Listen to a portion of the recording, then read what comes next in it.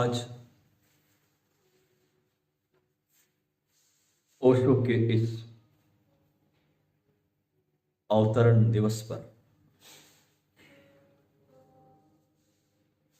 आप सबको मेरी शुभकामनाएं।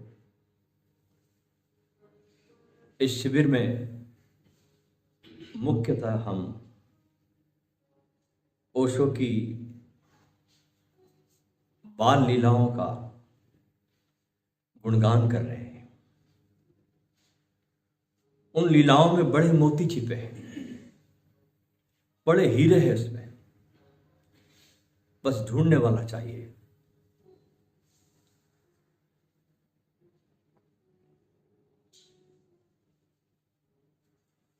गाडरवारा की बाल अवस्था में बहुत छोटे थे जब ओशो वहां रहते थे, तो उस गाडरवारा में कहीं भी कोई भी मेला हो, त्योहार हो या कोई जुलूस निकलता हो, यानी शहर में कोई भी उत्सव होता हो या कोई उस कस्बे में भाषण देने आया हो, तो रजनीश हर दशा में उसमें सम्मिलित होते थे। ऐसे ही मुहर्रम के ताजिया, आप जानते हो कि मुहर्रम में ताजिया निकलते हैं। जब मुहर्रम के ताजिया निकलते थे तो वो उन ताजियों में भी सम्मिलित होते थे।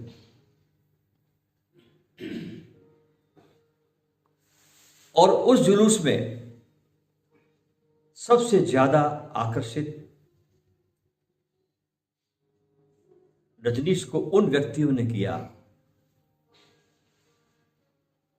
कि जिनके दोनों हाथ रस्सियों से बांधकर ताजिए में दो लोग उनको पकड़कर साधे रहते थे। ऐसी मान्यता है ताजिए में कि जिसको दो लोग पकड़ते हैं रस्सी से पकड़कर, वो बड़ा पवित्र और धार्मिक है और उस पर वली की सवारी आती है, ऐसी ताजिए में मान्यता है। बड़े पवित्र है, धार्मिक है, दो लोग पकड़े हैं, रस्सी से बांधे हुए हैं उस ताजिए में, और लोगों को ऐसा लगता है कि इस पर वली की सवारी आती है। जब इन पर वली की सवारी आती थी तो व्यक्ति बहुत उछलता कूदता था उस ताजिए में और तरह तरह की आवाज निकालते थे लोग। और वली की जो सवारी आती थी तो सारी भीड़ उस वली को घेर लेती थी इस ताजिए में।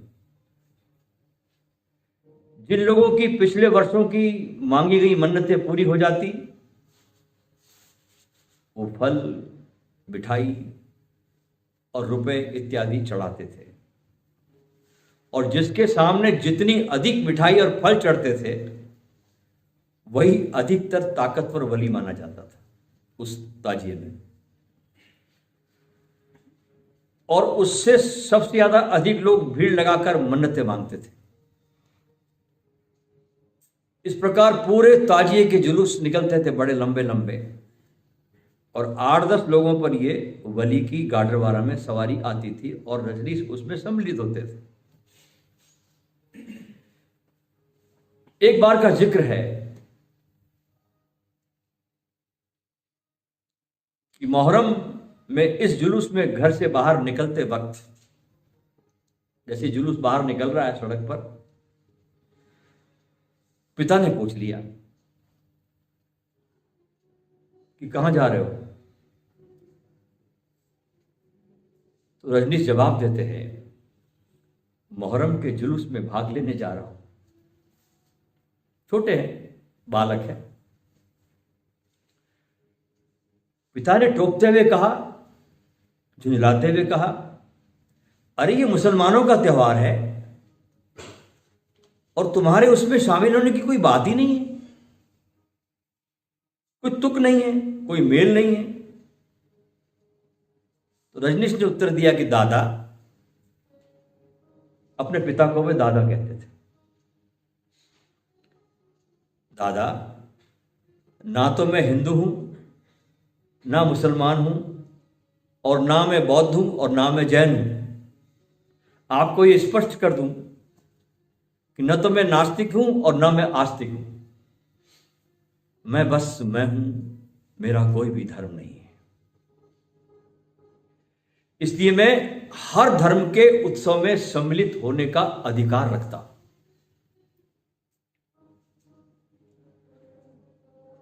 और यह कहकर पिता के किसी भी उत्तर की प्रतीक्षा किए बिना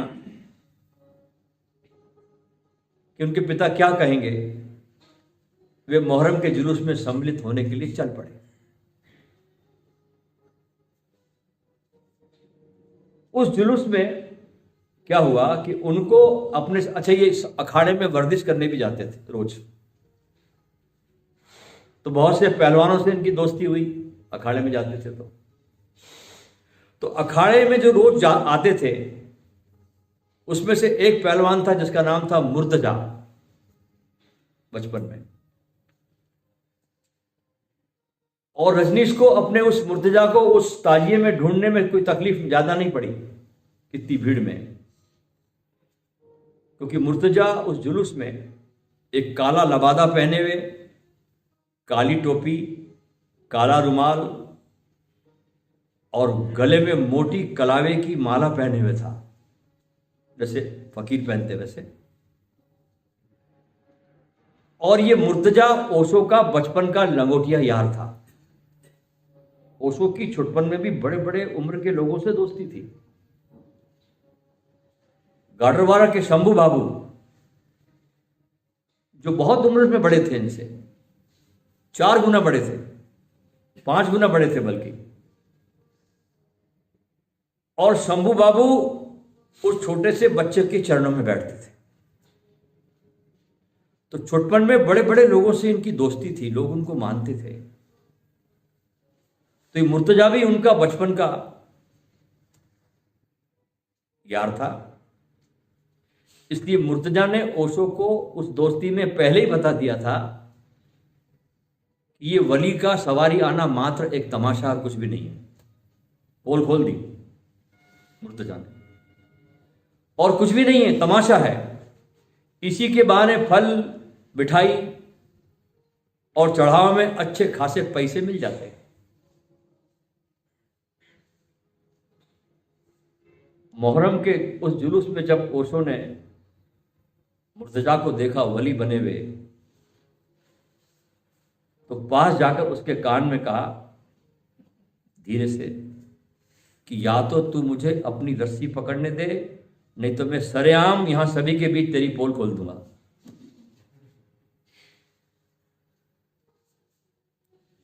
इतना सुनना था। मुर्तजा सक पकाते हुए फुसफुसाकर कहने लगा रजनीश को, यार रस्सी थामना हो तो शौक से थाम ले, चढ़ाव में जो भी आएगा उसमें भी हिस्सा ले लेना, परंतु यहां खुदा के लिए ये बात मत बताना जो मैंने तुझको बताई थी। जो 2 लोग उस समय मुर्तजा को रस्सियों से थामे हुए थे, मुर्तजा ने इशारे से उसमें से एक को हटाया, आंख का इशारा करके, और रजनीश को रस्सी थमा दी।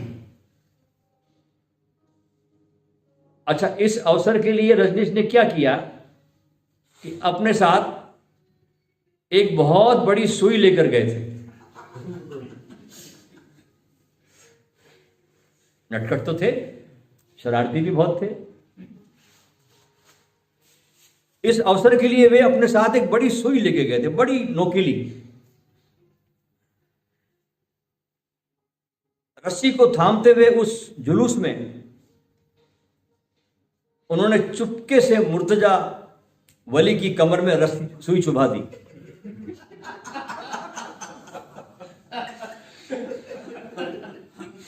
अब सुई के चुभते ही मुर्तजा बड़ी जोर से चिल्लाकर उछला।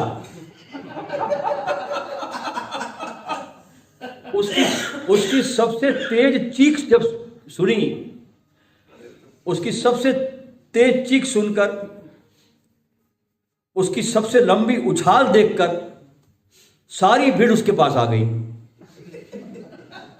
कि यहां बड़ा वली आया, क्योंकि इतना इतना उछला, इतना चिल्लाया। बड़ी भारी भीड़ मुर्तजा के चारों ओर से बढ़ गई, क्योंकि लोगों को विश्वास था, भरोसा था, ये मान्यता थी कि उस जुलूस में जो जितना ज्यादा उछलेगा और ऊंची से ऊंची आवाज में चीखेगा, वही सबसे ताकतवर वली होगा।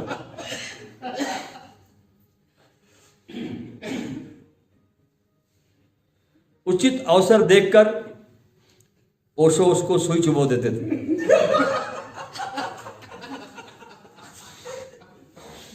और बेचारा मुर्तजा दर्द के मारे उतनी जोर से चिल्लाते हुए उछल पड़ता था, क्योंकि सुई चुभती थी। बेचारा उछल पड़ता था वो मुर्तजा। और इस समय चूंकि इस पर वली सवार था, तो वो बेचारा ओशो को कुछ कहने की स्थिति में नहीं था, क्योंकि भीड़ सब घेरी हुई है, सारे लोग जमा है, चढ़ावा चढ़ रहा है, रुपए पैसे चढ़ रहे हैं, और सुई चुभ रही, उछल रहा है, चिल्ला रहा है जोरों जोरों से। बेचारा मुर्तजा कुछ भी कहने की स्थिति में नहीं था। झूठे दिखावे और पाखंड भरे प्रदर्शन के कारण मुर्तजा मजबूर था, इसलिए कुछ भी कहने की स्थिति में नहीं था। 15 मिनट के अंदर ही साहब मुर्तजा के चारों ओर फल, मिठाई और चिल्लर पैसों की रोजगारी का ढेर लग गया।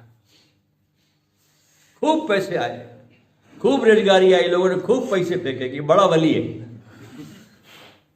इतनी जोर से उछल रहा है, छलांग मार के चीख रहा है, चिल्ला रहा है। इसकी चीख के मुकाबले में किसी वली की चीख अच्छी नहीं है। फल, मिठाई, चढ़ावे सबका ढेर लग गया। जुलूस की समाप्ति और वली की सवारी उतर जाने पर मुर्तजा ओशो के कान में फुसफुसाया और बोला कि आज तो फल, मिठाइयों और रेजगारी का ढेर तो जरूर लग गया, परंतु तुमने सुई चुभा चुभा कर मेरी हालत बहुत खस्ता की। मेरी हालत तुमने बहुत खस्ता कर दी रजनीश। अब क्या हुआ? इस सफलता के बाद जब ये मुर्तजा सफल हो गया पूरे जुलूस में, वो जो अन्य लोग जो सवारी के वली के आने का नाटक करते थे उस जुलूस में, और भी 7-8 लोग थे जिनमें वली आता था, वे रजनीश के पास आकर प्रार्थना करने लगे कि वे उनकी रस्सी थामे।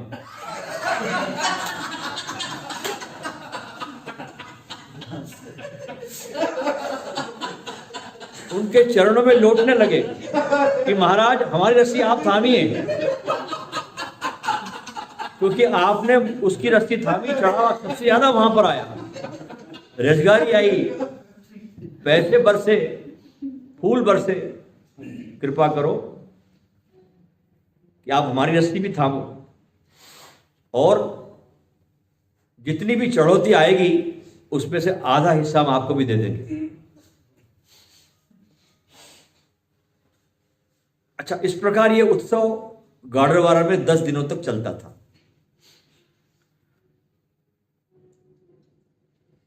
रजनीश ने जिस दूसरे वली की रस्सी थामी, उसकी चढ़ौती भी सुई की हिम्मत से सबसे अधिक हुई। परंतु जुलूस के बाद बेचारा वो वली गिघियाते हुए कहने लगा, खुदा बचाए तुम्हारी सुई से।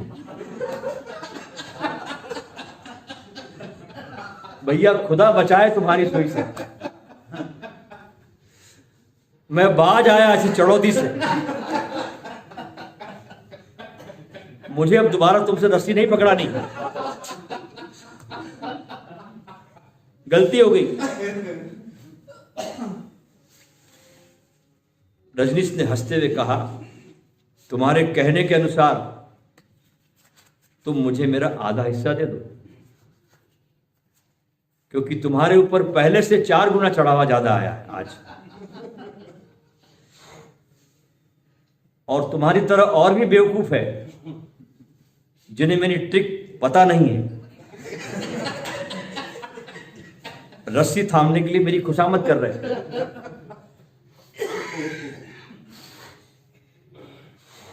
ओशो ने अपने छोटपन की अवस्था में ही, अपनी बाल्य अवस्था में ही देख लिया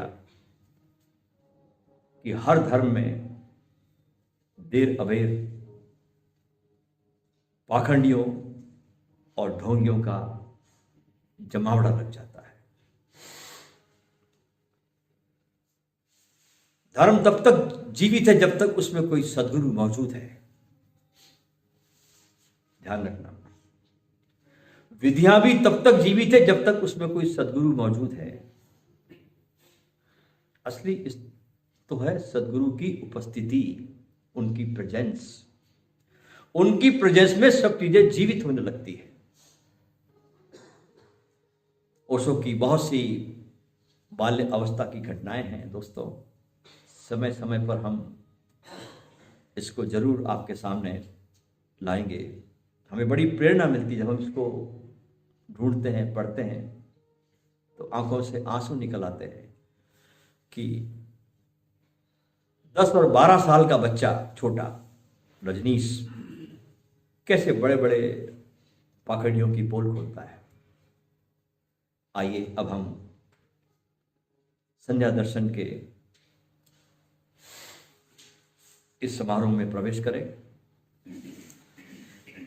दोस्तों, मेरा बड़ा सौभाग्य रहा है गुरु के पास बैठकर उनके चरणों में गीत गाने का।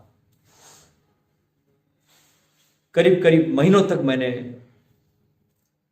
9-10 महीने उनके पास रहा और रोज एक गीत नया गाया। डेली गीत लिखता था। लिखता क्या था, उतरता था, मैं सिर्फ कलमबद्ध करता था। रोज उनके चरणों में, उनकी सभा में बैठ करके, बिल्कुल पास बैठ करके उनके पास में रोज अपने गीतों को अर्पण करता था। उसी में से एक गीत जो मैंने वहाँ गाया, जो लिखा भी है, आज मैं, चूंकि उनका अवतरण दिवस है, तो मैं फिर से उनको वो गीत सुनाना चाहता हूँ। आप सब भी उस गीत का आनंद लें।